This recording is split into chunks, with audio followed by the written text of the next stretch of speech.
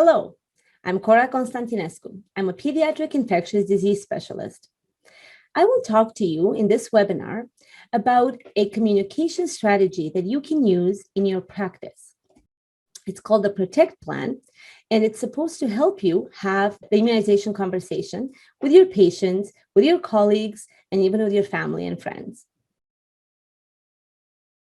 Right now, as of mid-February, we have almost 1 million doses of the COVID-19 vaccine that have been administered in Canada, and even more than that have been delivered to the various territories and provinces. But we know that despite all of this, people still have concerns about this vaccine, and concerns and denial are natural. But denial doesn't always stem from ignorance. Commonly, people do not reject facts because they're untrue, but because they don't apply to them. Changing vaccination behavior means dealing with trust and the emotion in addition to correcting the misinformation. So this is why we're proposing a simple communication framework that you can use so you can get empowered to have this discussion, which sometimes can be daunting, especially in the face of so much information, misinformation, and we know even disinformation. So please use this. Use this with your patients, use it with your colleagues who approach you with vaccine questions, and even use it with your family and friends. The communication strategy is called the PROTECT plan. The first part of the plan, the PR, refers to proactively starting the conversation with a presumptive statement.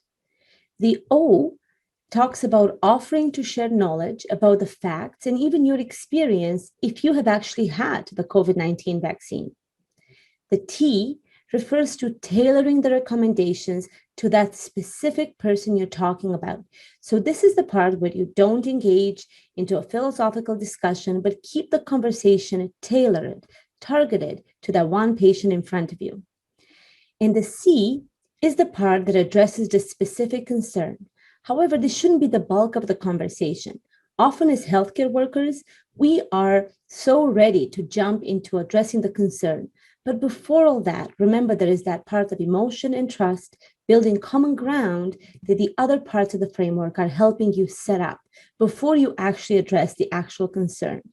And the T is talking through a specific plan about where and when the patient can get the vaccine. This is not a plan to convince or coerce people. It's to support people as they're making the vaccination decision. So let's see some examples on how we can use it. So the PR is proactively starting the conversation with a presumptive statement. You're making the assumption that that patient at the end of your conversation is going to go ahead and have the vaccine. An example of a statement like that could be, I'm here to support you as you make the decision to take the vaccine. I had the chance to take the vaccine myself, and I'm happy to help you get protected too.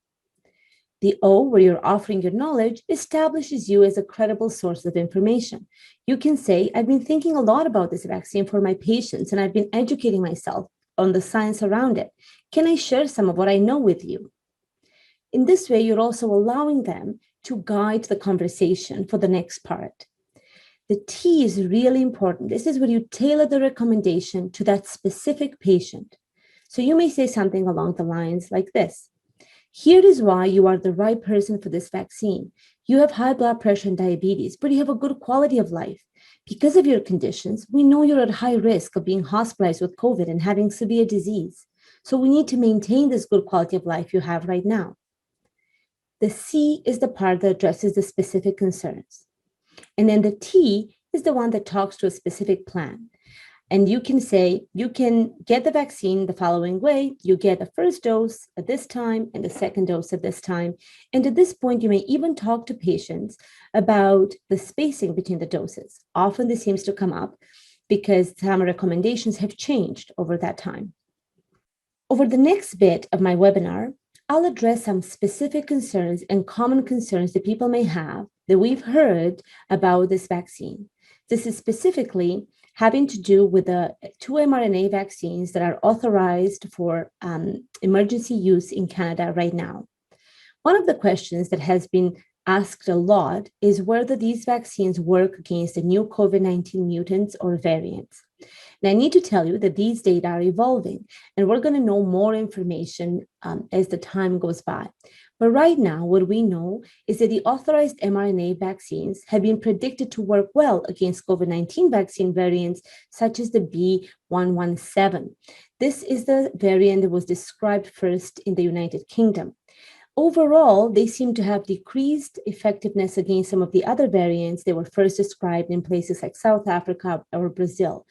But they seem to have really good effectiveness at decreasing severity and death. So even if decrease of symptomatic infection might have been lower, they're still quite effective at decreasing severity, such as hospitalizations and death, which obviously are really important metrics when we think of the impact of this disease on our society. And these findings were generally similar to those vaccines that are not yet authorized in Canada, such as the Novavax, AstraZeneca, Johnson & Johnson vaccines.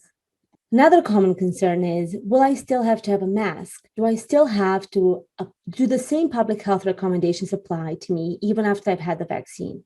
Right now, we recommend that people, despite having had 1 or 2 doses of the vaccine, should have all the same public health guidance as before.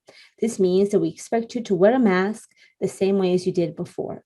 We suspect this might change as our herd immunity is reached with the vaccine and as more people are vaccinated, and as we know more about the ability for vaccinated people to spread the disease to others. So as we know more will change, but right now we recommend the same public health recommendations as before, including mask wearing. I've had this asked a lot. How does the mRNA relate to DNA? Can this become part of my DNA? If I have an mRNA vaccine, will it be part of my genome forever?